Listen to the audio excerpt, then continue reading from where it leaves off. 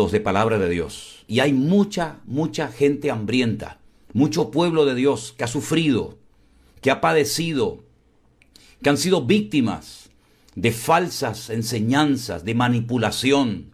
Sí, he dicho la palabra manipulación. Personas que han comido veneno. Y en este tiempo de confinamiento y en este tiempo en el que hemos tenido, valga la redundancia, tiempo para leer la palabra de Dios, para estudiarla, para escudriñarla, muchos de ustedes se han dado cuenta de que una cosa es lo que a veces hemos oído o lo que hemos practicado y creído, y otra cosa muy diferente es lo que dice Dios en su palabra. Y aquí de lo que se trata no es de a ver quién tiene más razón que el otro. Aquí de lo que se trata es de saber cuál es la verdad bíblica. ¿Qué es lo que Dios pide? ¿Cómo podemos agradar y honrar al Señor? Y me da igual quién tiene la razón. Porque aquí de lo que se trata es de levantar en alto el nombre de Cristo. Esto no es una competencia para ver quién tiene más gente, para ver quién sabe más. No, eso no es así. Aquí de lo que se trata es de divulgar, difundir el Evangelio para que las vidas sean libres y disfruten. Palabra que suelo utilizar muy a menudo, para que disfruten y se gocen de ser cristianos. Porque lamentablemente he conocido a muchos hermanos agobiados, tristes, cargados, llenos de una condenación innecesaria. Digo innecesaria porque en Cristo somos libres, somos nuevas criaturas, no somos víctimas del pasado. No tenemos por qué estar llorando y sufriendo por pecados que el Señor ya nos perdonó. Y hay que comenzar a disfrutar de esta maravillosa vida y este privilegio de ser llamados hijos de Dios. ¡Qué título más maravilloso! Hijos de Dios, del Rey de Reyes y Señor de los Señores, del Creador del universo, ante el cual toda rodilla se doblará y toda lengua confesará que el Señor Jesucristo es el Señor, para gloria de Dios Padre. Bueno, hermanos, ¿qué les parece si oramos al Señor ahí en su sala, en su casa, en su coche, en su puesto de trabajo o donde quiera que usted se encuentre en este momento, y oramos al Señor para que el Señor dirija este programa y todo lo que hablemos glorifique a Dios? Y al finalizar, como siempre, diremos: gracias, Señor, porque una vez más nos has ministrado, nos has hablado, nos has mostrado la verdad, y que el Señor sea glorificado y reconocido en esta tarde, en este tiempo. Oramos juntos al Señor. Bendito Padre Celestial, te damos gracias en esta tarde, Dios mío, por esta oportunidad nueva que nos das de estudiar tu bendita y preciosa palabra. Ayúdanos a salir de la ignorancia, de las tinieblas, y conocer la verdad tal y como tú la revelaste y la dejaste escrita en tu palabra. Danos sabiduría de lo alto, Señor, y toca nuestros corazones. Programa, muévete, toca corazones, cambia vidas, restaura corazones, para que en esta tarde tu nombre sea glorificado y levantado en alto, Señor. Nos rendimos a ti, pedimos tu ayuda y tu bendición, en el nombre de Jesús. Amén. Y amén. Pues mis queridos hermanos, si les parece, vamos a comenzar ya a responder a las preguntas que hemos estado recibiendo últimamente. Y la primera pregunta nos la hace nuestra hermana Mariana. No sé exactamente de qué país nos escribe, de dónde es. Sí me gustaría pedirles a todos ustedes, por favor, que a partir de ahora, cuando ustedes escriban al correo de la iglesia, mividanueva@mividanueva.org o .com, creo que es, perdónenme, no recuerdo si es .com o .org. Bueno, en la página web de la iglesia lo pueden encontrar. Nos digan, por favor, de qué país nos envía usted su pregunta. No solamente díganos: yo me llamo fulanita de tal, si es que quiere mencionar su nombre, sino que además nos diga de qué país, ¿sí? De qué país nos está usted enviando su pregunta, y así poderle mandar en directo un saludo. Así que Mariana, le respondo a su pregunta. Usted dice: ¿acaso puede alguien clamar a Dios en genuino arrepentimiento? Esa palabra es muy importante, en genuino arrepentimiento. ¿Y puede ser que Dios no tenga misericordia de él porque así es su voluntad? ¿Me podría explicar esto, por favor? ¿No parece esto algo injusto? Y me cita usted la cita de Romanos 9, del 11 al versículo 21. Bueno, usted ha utilizado una palabra muy importante, y es la palabra genuino arrepentimiento. ¿Cómo Dios no va a perdonar? ¿Y cómo Dios no va a tener misericordia de una persona que con un genuino, un verdadero arrepentimiento le está pidiendo perdón al Señor. Nada más lejos de la realidad. Los textos que aparecen en Romanos 9, del 11 al 21, no hablan de un Dios que tiene para unos misericordia y para otros no. Es que Dios es misericordioso. Dios no puede dejar de ser misericordioso. El que trate a unas personas de una manera y a otras de otra, por el comportamiento, por la actitud, por la rebeldía o por la desobediencia o por la obediencia, eso es otra cosa. Pero Dios no puede dejar de ser misericordioso, porque Dios es misericordioso. ¿Se da cuenta? Por lo tanto, si hay una persona, no importa el pecado que haya cometido, ni cuántas veces lo haya cometido, si una persona en genuino arrepentimiento le pide perdón al Señor, tenga usted, Mariana, la completa seguridad de que Dios va a perdonar a esa persona.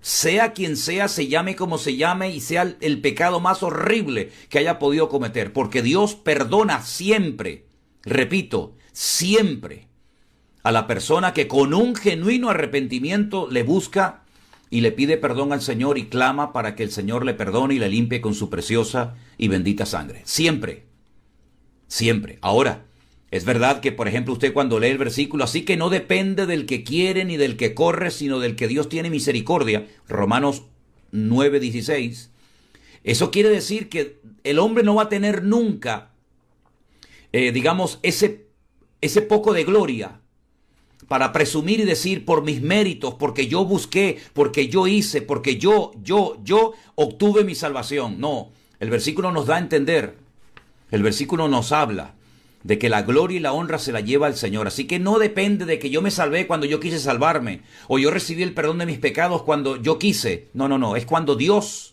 tuvo misericordia de tu vida. Y Dios del pecador arrepentido siempre, siempre tendrá misericordia.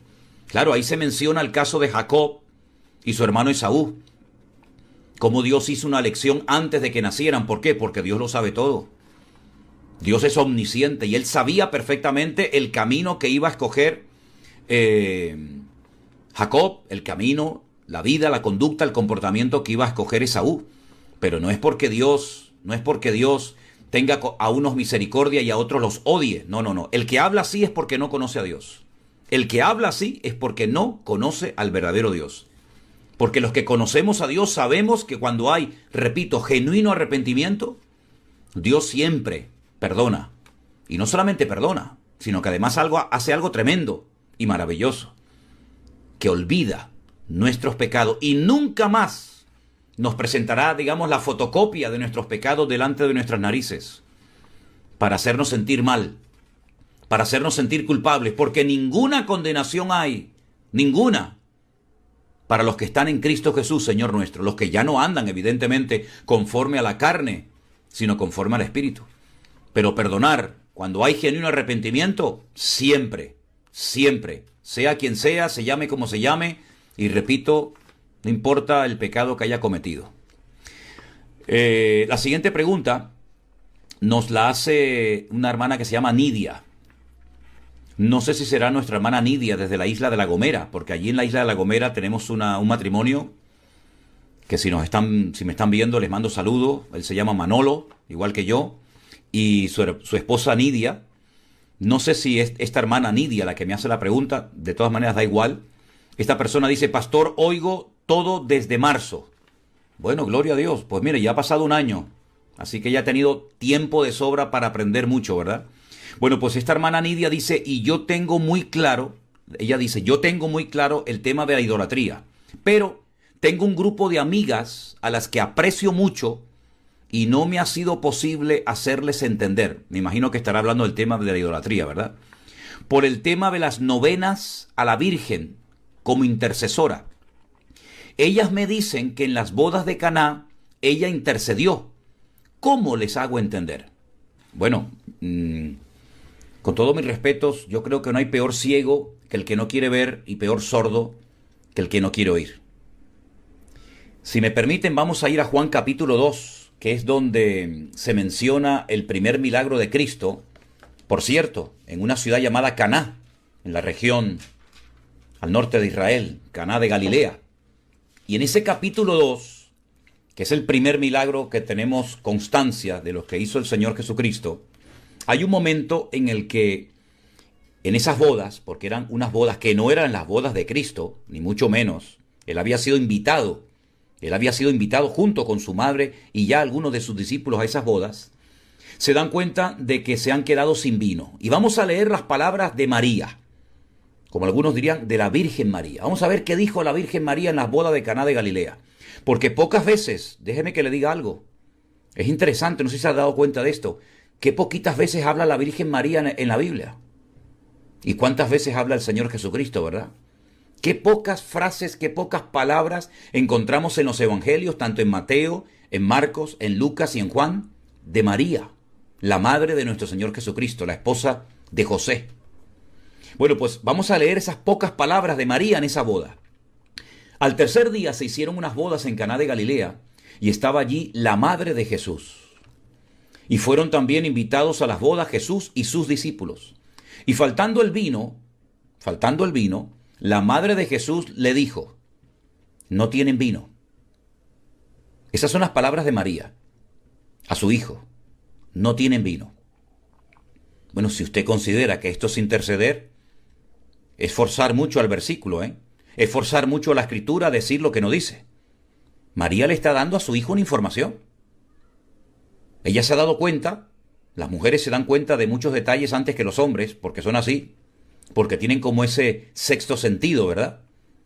Y entonces ella se da cuenta de que algo está pasando.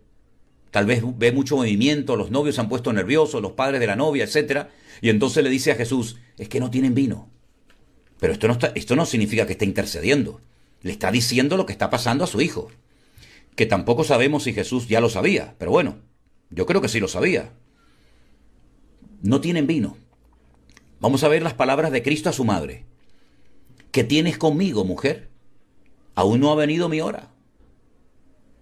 Su madre le dijo a los que servían. Ahora, las palabras de María no van dirigidas a Jesús, a su hijo, sino a los camareros, a los sirvientes, a los criados.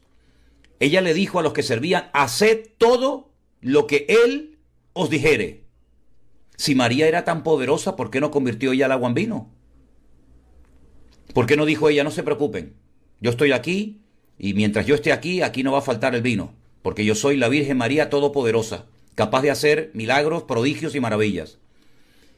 Llenen las tinajas hasta arriba de agua y sírvanla y ya van a ver cómo el agua se ha convertido en vino. En absoluto. Yo lo que veo, sinceramente, aquí es la impotencia tan grande de María de no poder hacer nada por solucionar un problema, una solución. Más que una intercesión de María, lo que yo veo es a una mujer sincera, que lo era y mucho, a una mujer humilde que reconoce que ella no puede hacer absolutamente nada. Y como que le dice a su hijo, hijo, es que no tienen vino. Y Jesús no le hace un trato preferencial diciendo, ay, sí, mamá, no te preocupes, yo ahora mismo hago lo que tú me digas. No, al contrario, mujer, ¿qué tienes conmigo? Y después ella dice algo tremendo. Haced todo lo que él os dijere. Pero solamente en esa ocasión, solamente en ese momento hay que hacer caso a lo que Jesús dijo, o siempre. Solamente María le dijo a los hombres, a los sirvientes, a los criados que estaban en la sala, en aquella boda, haced todo lo que él os dijere hoy, pero mañana me hacen caso a mí. No, esto era un lema. Esto era algo habitual en María y en todas las personas que conocemos al Señor. Haced caso, obedecer las órdenes, las directrices, los mandamientos que nos da el Señor. ¿Y saben lo que dijo el Señor cuando ya llevaba más tiempo en el ministerio? Si queréis ser mis amigos, haced todo lo que yo os mando. Haced todo lo que yo os mando. Jesús dijo, yo soy el camino, la verdad y la vida. Y nadie viene al Padre sino solamente a través de mí. No dijo, bueno, yo soy el camino, yo soy la verdad, yo soy la vida. Y si quieren ir al Padre, vengan a través de mí y a través de mi mamá, a través de María. Jamás, jamás dijo eso el Señor. Al contrario. Él dijo, yo soy la puerta de las ovejas, el que por mí entrare entrará y saldrá y hallará pastos. Yo soy el buen pastor da su vida por las ovejas. ¿Dónde está María aquí intercediendo? ¿Dónde está María intercediendo? Discúlpeme, es que no es así. Ahora, si alguien quiere insistir en que María en las bodas de Caná intercedió para que su hijo actuara, bueno, que siga creyendo lo que quiera, pero eso no es lo que dice la Biblia.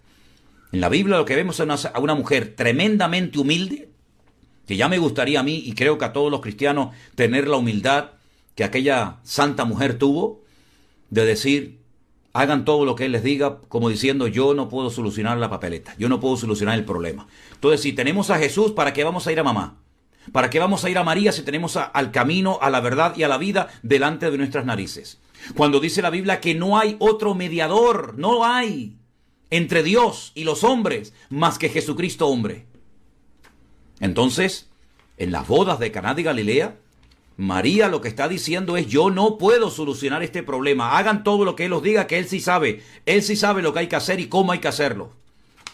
Ahora, que cada uno responda de lo que interpreta de la Escritura, pero yo insisto en que aquí María no está intercediendo, aquí María lo que está haciendo es confesar una impotencia inmensa por algo que se le ha ido de las manos a los novios, tal vez porque calcularon mal o porque bebieron más de la cuenta, y María dice, menos mal que está aquí mi hijo, haced todo lo que Él os ordene.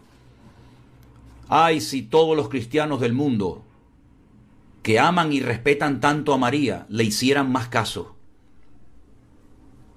Ay, si tantos cristianos que hay por el mundo que aman a Dios y son sinceros, prestaran atención a las palabras de María.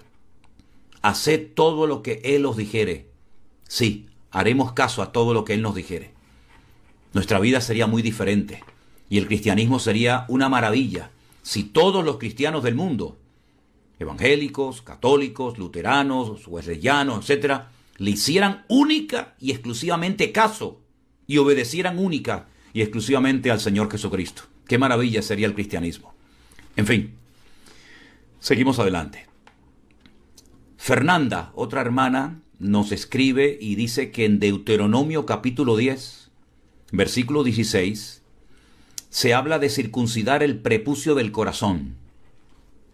¿Eso qué quiere decir?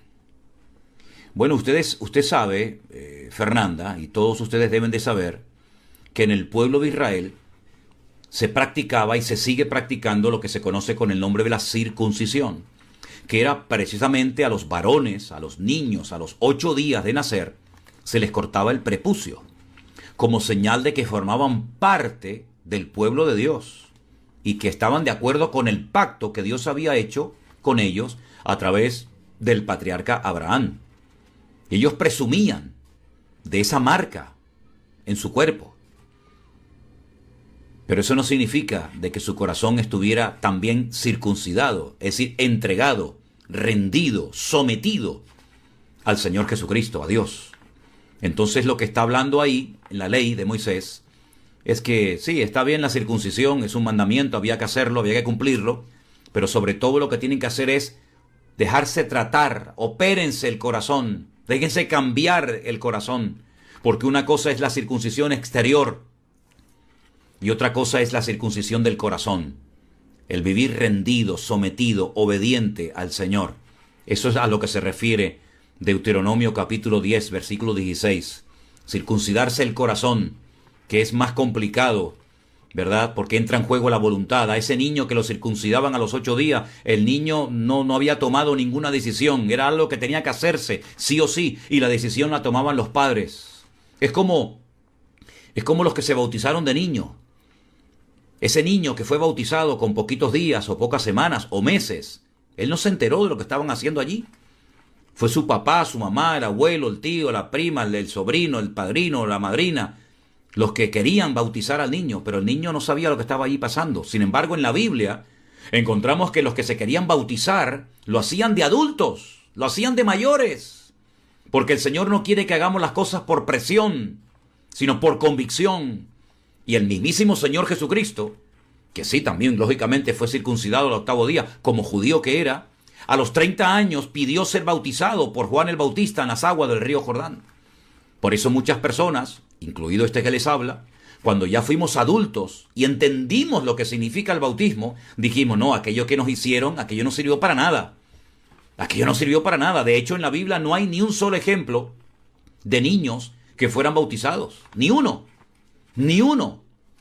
Entonces, si hacemos caso a lo que dijo María, haced todo lo que Él os dijere, ¿qué dijo el Señor Jesucristo? Id por todo el mundo y predicad el Evangelio a toda criatura. El que creyere y fuere bautizado será salvo. Por eso, las personas que conocen al Señor, y muchos de nuestra iglesia virtual, ahora que, si Dios lo permite, el mes que viene los vamos a conocer, han pedido ser bautizados ahora de adulto, porque ahora entienden el Evangelio, porque ahora saben lo que significa bautizarse. Aquello que hicimos hace años atrás, aquello era producto de una religión muerta, de una imposición de mandamientos de hombres, de tradiciones, pero que ahora que las escamas, gloria a Dios, han caído de nuestros ojos y hemos entendido el Evangelio y tenemos acceso directo a Dios, al Padre, y tenemos acceso a las Sagradas Escrituras, ahora entendemos que tenemos que bautizarnos como señal de que hemos nacido de nuevo y que hemos entendido el Evangelio y queremos seguir a Cristo hasta el final, hasta las últimas consecuencias. ¿Se da cuenta? Entonces la circuncisión externa era algo que se te hacía sin tú pedirlo, porque eras un niño de 8 días. ¿Qué va a pedir un niño de 8 días? Nada. Pero la circuncisión del corazón, podríamos decir que es cuando realmente le entregamos nuestra vida, nuestra voluntad, cuando nos convertimos de verdad al Señor. Y Él entonces, porque nos hemos arrepentido genuinamente, como hablábamos antes, perdona todos y cada uno de nuestros pecados. Gloria a Dios. Bueno, veo que hay muchos hermanos conectados. Somos ya ahora mismo más de 1645 puntos diferentes donde hay hermanos, familias, creyentes que están conectados y me alegro muchísimo. Les mando un saludo a todos ustedes. Tengo en este momento las 18:23 de la tarde. Miren sus relojes para que puedan comprobar la diferencia horaria. Porque muchas veces me dicen, pero pastor, en mi país, ¿a qué hora es el devocional? ¿A qué hora es el pastor online? Bueno, yo no puedo saber las diferencias horarias en todos y cada uno de los países del mundo. Por eso ahora mire su reloj, yo tengo las 18:23 de la tarde, ¿verdad? Y ahora usted dice, mira, hay tanta diferencia horaria. Hay hermanos que nos miran desde Sudáfrica, hermanos que nos escuchan desde Estados Unidos, Centroamérica, Latinoamérica, Europa, incluso hasta de Australia, de Japón, de las Islas Caimán, de Aruba, me escribían hace unos días también. Que Dios bendiga a todos nuestros hermanos que están conectados en este momento. Bendiciones para todos. Bueno, seguimos adelante, ¿les parece? Esta hermana también preguntaba cómo se perfecciona el poder de Dios en nuestra debilidad.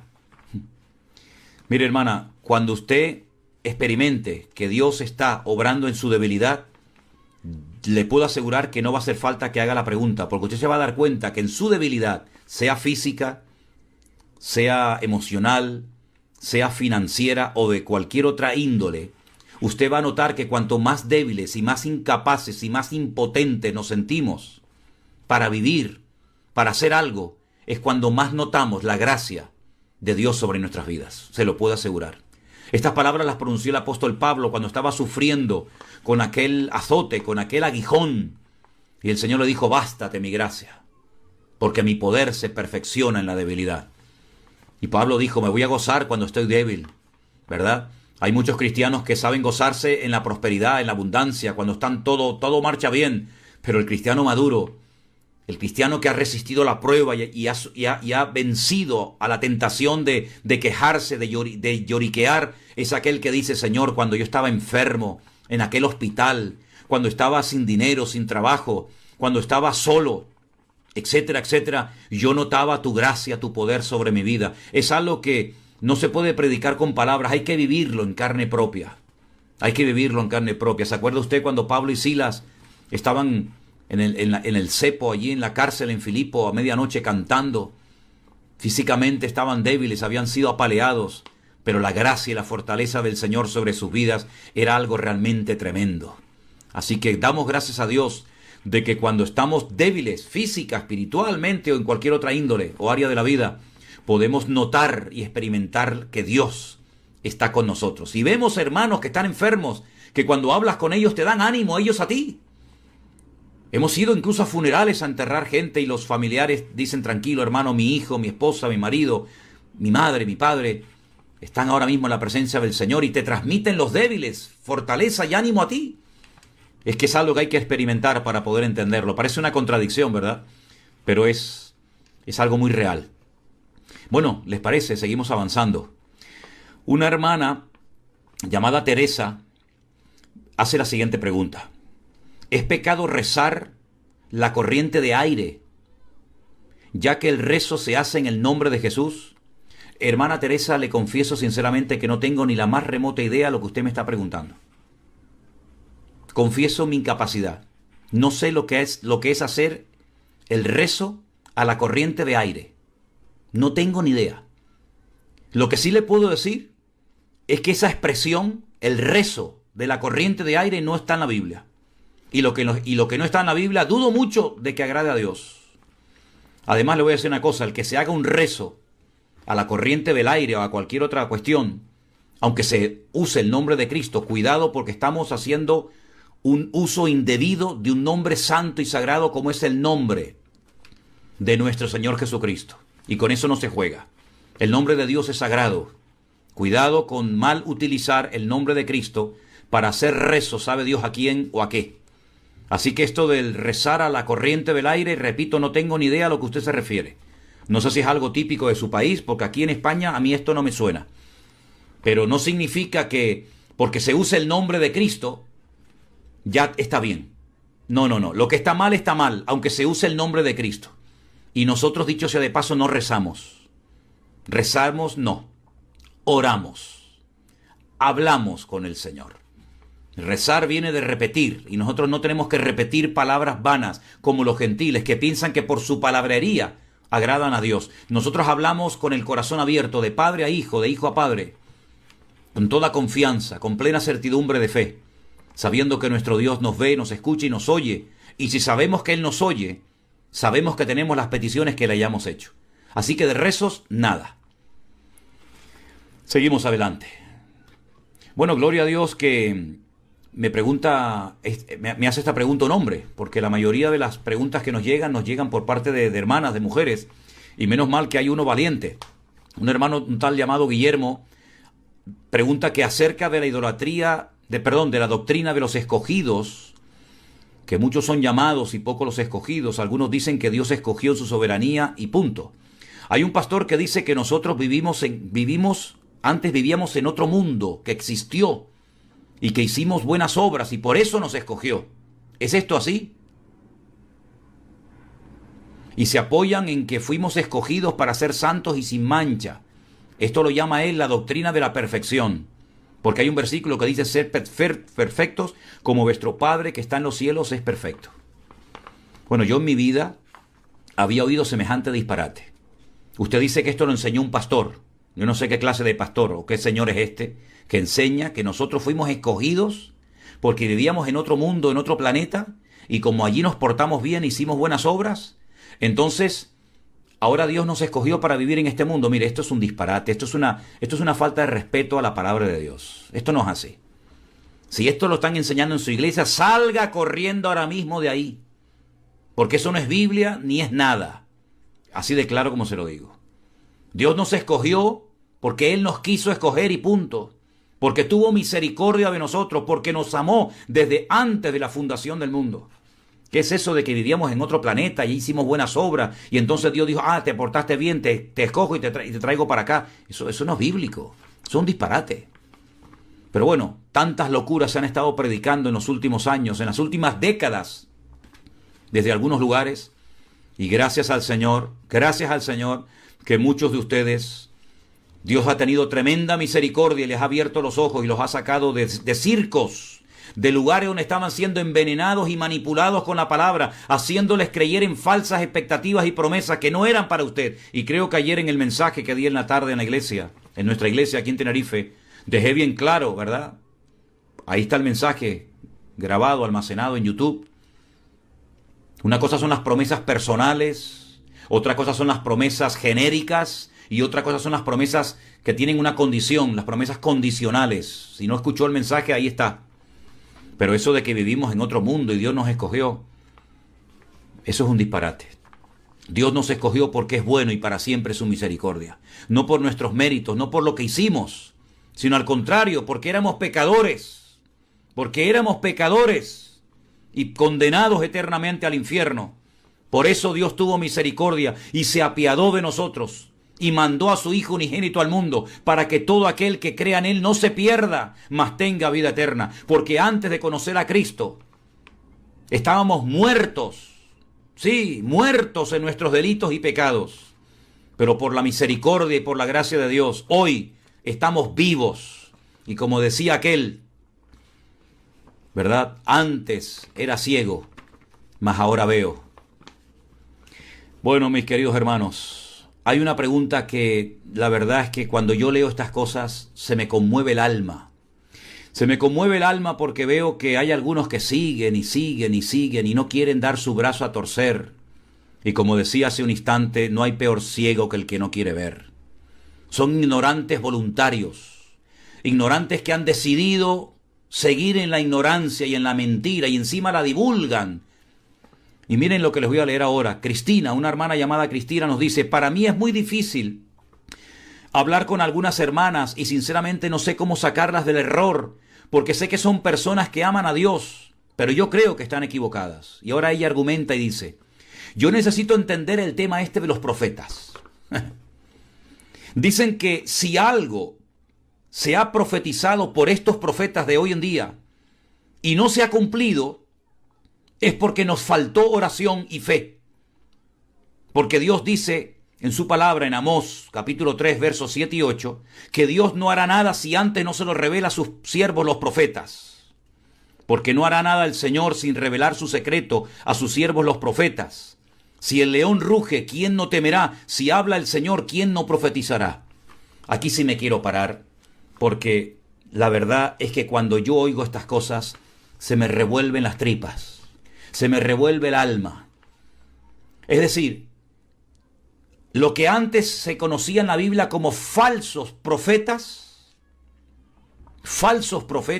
engañadores, embaucadores, ahora estos profetizan algo y no se cumple y le echan la culpa a la gente de que no se ha cumplido lo que profetizamos porque ustedes no oraron o porque ustedes no tenían fe. Encima de mentirosos y encima de manipuladores, ahora encima al pueblo santo de Dios le hacen sentir culpable. Esto es el colmo. Esto ya es el colmo. En la Biblia, cuando alguien profetizaba, cuando alguien decía algo y no se cumplía, lo mataban a pedradas. Lo llamaban falso profeta. Que dicho sea de paso, no solamente hubo, como dice la Biblia, falsos profetas, sino que la Biblia dice, Mateo 24, por ejemplo, por citarle uno de los versículos de tantos, dice la Biblia que habrá en el futuro también falsos profetas. ¿Usted cree que hoy en día hay falsos profetas? Claro que los hay. Claro que los hay. Y se les da carta blanca para que se suban a los púlpitos y digan y hagan lo que les da la gana. Llaman a la gente aparte y le dan una palabra como específica y concreta para ellos, para ellas. Y si no se cumple es que usted no tenía fe. No, si no se cumple es que usted es un mentiroso. Si usted me dice algo a mí que no se ha cumplido, no es que yo no tenga fe o no haya orado. El problema es que usted es un mentiroso. Como la pastora esta del año pasado que profetizó que Cristo venía el 31 de diciembre. Y yo dije, Cristo no va a venir el 31 de diciembre del 2020. Y lo demostré. Y prueba de ello que estamos ya en abril del 2021. Es decir, los falsos profetas existieron, existen y lamentablemente seguirán existiendo. El problema no está en que hayan o se muevan hoy en día en algunos ambientes evangélicos falsos profetas. Ahí no está tanto el problema. El problema está cómo se les da la bienvenida y cómo se les abre la puerta y se les da el púlpito. Y cómo la gente cae como rendida a los pies de estos manipuladores que sacan textos de su contexto para formar pretextos y utilizan promesas que no fueron que fueron para personas en particular y las sacan del contexto y quieren aplicarlas hoy en día. Pero eso sí, nunca se van estos pseudo profetas con los bolsillos vacíos, siempre se van llenos, porque hay que sembrar en ellos. La verdad es que ya es hora, pueblo de Dios, de que despierten algunos de ustedes a la cruda realidad de que estos no son profetas ni nada. Claro que el Señor dijo que cuando iba a hacer algo, en el Antiguo Testamento hablaba a través de sus siervos los profetas. Pero ¿por qué estos que citan el versículo de Amós, capítulo 3, versos 7 y 8, ¿por qué no le leen este versículo? Usted no dice que quería hablar con estas señoras, con estas mujeres. Léale este versículo, Hebreos 1. Hebreos 1:1. Dios, habiendo hablado, mire el tiempo del verbo, hermana, habiendo hablado tiempo pasado, muchas veces y de muchas maneras, en otro tiempo, a los padres, es decir, a nuestros antepasados, por los profetas, le repito el texto, Dios habiendo hablado muchas veces, de muchas maneras, en otro tiempo, a los padres por los profetas, coma, versículo 2, en estos postreros días, ¿y quién puede negar que ya estamos en estos postreros días? Nos ha hablado por el Hijo, a quien constituyó heredero de todo y por quien asimismo hizo el universo. ¿Por qué no le leen este versículo? ¿Por qué citan solamente a Amós? Repito, en el Antiguo Testamento era así. Dios hablaba a través de sus siervos los profetas. Y cada vez que Dios iba a hacer algo, o tenía que comunicarle un mensaje a su pueblo, o quería advertir a su pueblo de algo, utilizaba a los profetas. Y pone el ejemplo del león. Claro, cuando el león ruge, todo el mundo teme. Y cuando Dios iba a hablar, utilizaba un profeta, fuera Amós, Jeremías, Isaías, Malaquías, el que usted quiera. Pero es que ya no estamos en el Antiguo Testamento, mijo. Ya no estamos en el Antiguo Testamento, estamos en el 2021, por si algunos no se han dado cuenta. Y dice en 1 Corintios capítulo 14, verso 29, apunte, hermana, este versículo, por favor. Usted, Cristina, 1 Corintios 14, 29, que cuando alguien dice que va a profetizar o a decir algo en el nombre del Señor, los demás tienen que prestar atención y juzgar, sopesar, ¿a la luz de qué? A la luz de las Sagradas Escrituras, si lo que ese señor o esa señora está diciendo es de Dios o no es de Dios. ¿Se cumple o no se cumple? ¿Está escrito o no está escrito? Porque además quiero decir algo. Nunca nadie puede subirse a un púlpito ni acercarse a su oreja a decirle algo nuevo que no está en la Biblia. Si a alguien se le ocurre acercarse a su vida, toca la puerta de su casa, le manda un correo electrónico, un WhatsApp, o se para detrás de un púlpito a dar una nueva revelación, no le crea, salga corriendo de ahí, porque no hay revelaciones nuevas. Mentira, es falso. Y usted dirá, pero ¿usted cómo sabe todo eso? Porque llevo 40 años en el ministerio estudiando la palabra de Dios. No soy un muchachito de 15 años que pasó por la calle y se metió ahora aquí a dar esta charla. No, soy un hombre de 60 años, hecho y derecho, con 40 años a tiempo completo a mis espaldas. Y creo que algo de la Biblia sé, no mucho, pero algo creo que sé. Y le digo sinceramente desde mi más mínima, digamos, experiencia o conocimiento, como usted quiera llamarlo, la inmensa mayoría, no digo todos, pero la inmensa mayoría de los que hoy en día se llaman profetas o profetizas, que van por las iglesias, no son ni profetas ni nada. Así como se lo digo, Yo sé que para muchos esto es durísimo, lo que el pastor Manolo Sierra está diciendo esta noche o esta tarde, pero es la cruda realidad. Palabras de aliento, palabras de ánimo, Dios está contigo, Dios te va a bendecir, la tierra Dios te la va a entregar, vas a ser bendecido y prosperado, siempre lo mismo y siempre lo mismo. Palabras que endulzan los oídos y después se llevan los bolsillos llenos. Estoy cansado de estos manipuladores y engañadores y vividores del Evangelio. Personas que tienen un léxico y unas palabras que tienen un pico de oro, como decimos por estas tierras, picos de oro, pero que no son profetas ni son nada. Así que no me vengan a mí ahora con el cuento esta gente de encima, hacerle sentir mal a mis hermanos en Cristo. No, es que no se cumplió lo que yo profeticé porque ustedes no tenían fe, o porque estaban en pecado, o porque no habían orado lo suficiente. Serán caraduras. En fin, espero que haya una madurez lo suficientemente elevada en este momento en el pueblo de Dios para decirle basta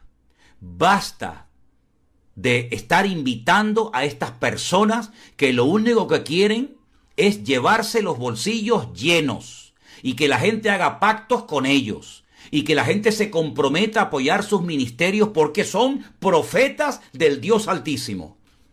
Y muchas veces, yo he estado en reuniones y he visto estas manipulaciones muchas veces, lo que menos predican es de la Biblia.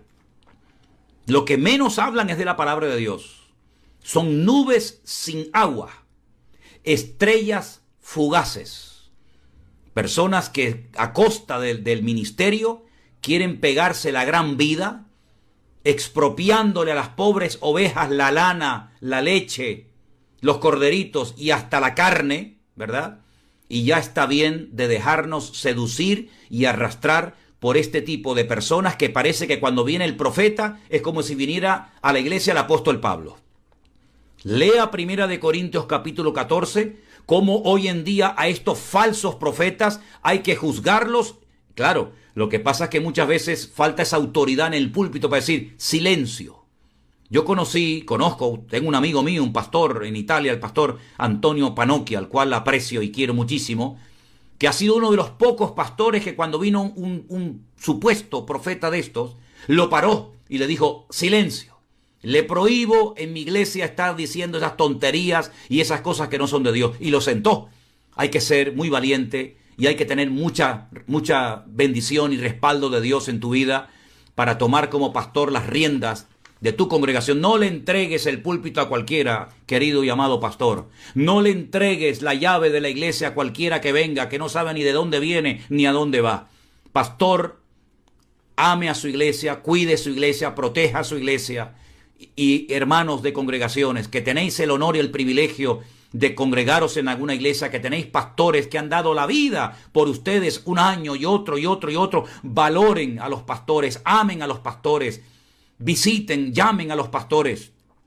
Y vamos a dejarnos ya de estar siempre mirando hacia afuera para que venga no sé quién a decirnos una palabra cuando el pastor te lo ha dicho 50 veces, 1000 veces te lo ha dicho y te ha entrado por un oído y te ha salido por el otro, pero después llega el señor profeta o la señora profetisa, y se lleva toda la pompa, toda la gloria, todos los aplausos y encima después deja un desastre en la iglesia que los pobres pastores muchas veces después tienen que arreglar.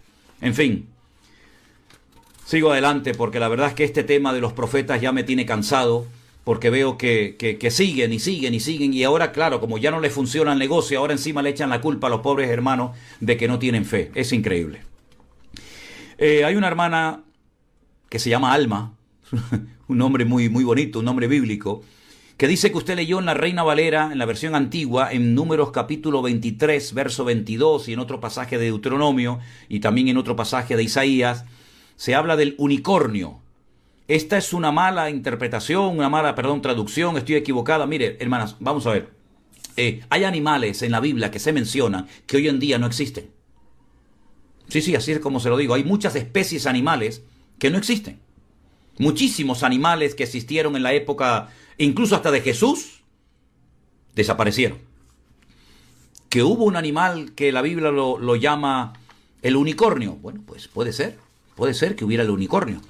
No es que sea una mala traducción, es que en ese momento, bueno, la palabra que se utilizó para describir ese animal fue esa, pero lo que sí quiero dejar bien claro es que hay muchísimos animales, que incluso árboles y plantas y seres vivos, ¿verdad?, que dejaron de existir con el paso del tiempo. Y hoy en día hay muchas especies de aves, de mamíferos, que están en un peligro de extinción tremendo. Por lo tanto, no nos sorprenda de que muchos de los animales que existieron en los tiempos de la Biblia ya hayan dejado de existir y no los pudimos llegar a conocer, ¿verdad? De hecho, si se meten ustedes en internet, van a ver fotografías de animales que hasta hace unos pocos siglos o unos pocos años atrás existían y ya prácticamente desaparecieron y no hay ninguno en ninguna parte del mundo.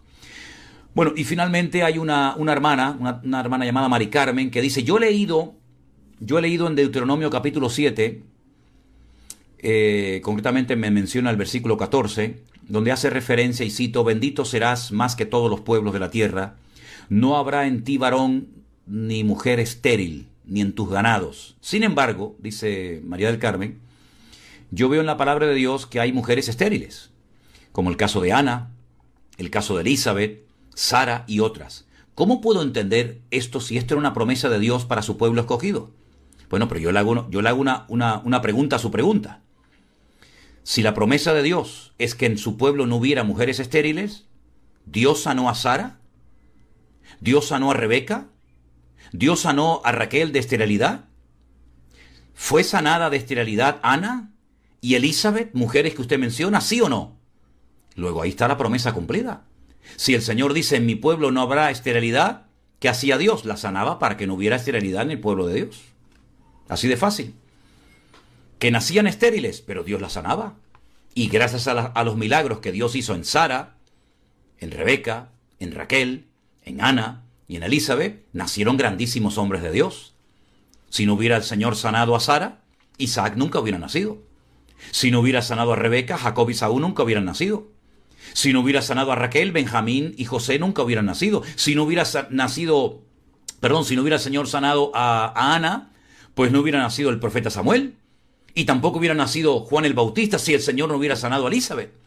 Por lo tanto, el que el Señor prometiera que en su pueblo no habría mujer estéril, pues ahí vemos que la promesa se cumplió al pie de la letra. Si había un estéril, automáticamente se oraba y el Señor actuaba y sanaba a las mujeres estériles del pueblo de Israel, porque esa era la promesa de Dios.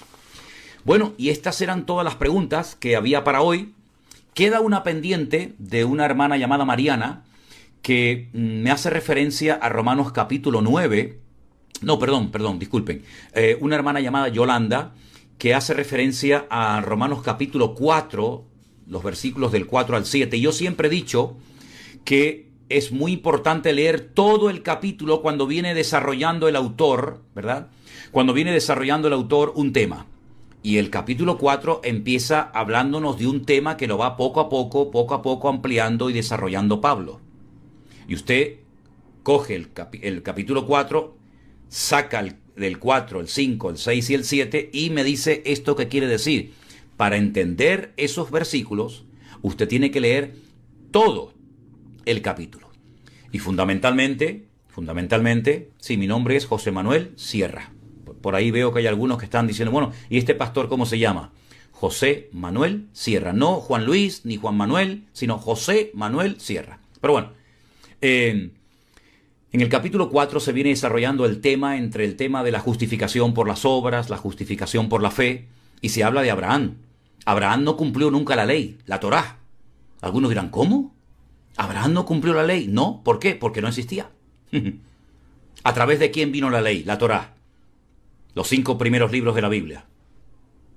El Jumash, el Pentateuco, a través de Moisés. Y Moisés no había nacido en la época de de Abraham. Abraham nunca leyó la Torá. Abraham nunca leyó la Biblia. Y Jacob tampoco. Isaac tampoco. Pero dice la Biblia que la fe de Abraham era tan grande, tan inmensa en Dios, que fue justificado no por las obras de la ley, no por lo que hizo, sino por lo que creyó. Y después, para reforzar el pensamiento, se menciona parte del Salmo 32, los primeros versículos escritos por el rey David, donde dice, bienaventurado aquel cuyas iniquidades son perdonadas y cuyos pecados son cubiertos, y bienaventurado el varón a quien el Señor no inculpa de pecado. Es decir, hubieron hombres en la Biblia que sin cumplir la ley fueron justificados, declarados justos, sadiquín. Y el caso de Abraham es el más notorio y el más significativo. Eso es de lo que habla el capítulo 4. Nosotros, sin embargo, hoy en día tenemos la orden de vivir por fe, pero la fe sin obras está muerta. Por lo tanto, las obras a las cuales nosotros tenemos que dedicarnos hoy en día no es a las obras de la ley, porque nadie puede cumplir la ley, sino a las obras que de antemano Dios preparó para todos y para cada uno de nosotros. Y esto sería un tema para tratar más adelante. Hay cosas, hay obras, hay acciones, hay un trabajo, hay un ministerio, hay funciones, hay responsabilidades a las cuales tenemos que dedicarnos y prestar suma atención, porque son las cosas que Dios preparó de antemano para cada uno de nosotros, para que no perdamos el tiempo, ni nos estemos entreteniendo con juguetes ni imitando a este pastor o al otro, cómo ora, cómo canta, cómo... No, sino que usted tiene que descubrir el plan, el diseño de Dios para su vida, el propósito de Dios para su vida particular y personal. Ahí quitamos imitar a este, imitar al otro, seguir a fulanito, a menganito, y a esas obras es a las que Dios nos dice que tenemos que ocuparnos. Pero si se refiere a las obras de la ley, no pierda el tiempo, porque ningún hombre, ningún ser humano, de los del pasado, ni en el presente, ni en el futuro, jamás podrá cumplir con la ley. Porque la ley es una ley perfecta, es una ley que Dios la dio para llevarnos a Cristo, y ahora que estamos en Cristo, ya no necesitamos, bajo ningún concepto, esforzarnos por cumplir los 613 mandamientos de la Torá o de la ley, del Humash o Pentateuco, porque no se pueden cumplir. Y además, aunque quisiéramos cumplirlos, tampoco se puede, porque más de 400 de estos 613 mandamientos no se pueden cumplir porque el templo no existe y el sistema de sacrificios quedó totalmente abolido, caducado en el tiempo, porque a través del ministerio y a través del sacrificio perfecto de Cristo en la cruz, se abolieron todos los sacrificios. Por lo tanto, hay que entender lo que es el Evangelio, a lo que nos compromete nuestra fe en el Señor Jesucristo y a lo que no nos compromete. Por eso yo digo, no se preocupen, y termino con esto, no se preocupen por lo que no pueden hacer, más bien ocúpense en lo que sí pueden y deben de hacer. ¿Me entendió? No estén preocupados, ay, es que esto y aquello, y es que la ley, y es que la Torá, no se preocupen por esas cosas. Ocúpense en lo que deben y tienen que ocuparse, y van a ver qué diferente van a vivir su relación con Cristo. Ahora, el que quiere seguir esforzándose por tratar de cumplir la ley, allá él o allá ella, pero nunca podrá decir que no hubo alguien que le habló claramente acerca de lo inútil que es el querer forzarnos por vivir bajo la ley, de la cual Cristo nos redimió, y ahora estamos bajo la gracia de Dios. Si alguno prefiere dejar la gracia de Dios, el Evangelio de Cristo, por la ley de Moisés, adelante. Usted es libre, usted sabrá lo que hace. Pero nosotros creemos en Cristo, le hacemos en esta ocasión caso a lo que aquellas palabras de María en Caná de Galilea cuando dijo, haced todo lo que Él os diga, y eso es lo que nos hemos comprometido a hacer, y esa es nuestra principal ocupación en la vida, hacer la voluntad de Dios hasta el final de nuestra existencia. Amados y queridos hermanos míos, que Dios les bendiga. El tiempo ha volado, tenemos 18:54 de la tarde aquí en las Islas Canarias, en Tenerife. Compruebe la hora que es ahora en su país. Estaré con ustedes nuevamente el lunes por la tarde en el Pastor Online para responder a sus preguntas. Y mañana, como saben, de lunes a viernes tendremos el devocional. No quiero despedirme sin antes darle gracias a todos los que están orando por nosotros y por este proyecto que tenemos, que con la ayuda del Señor vamos a conseguirlo.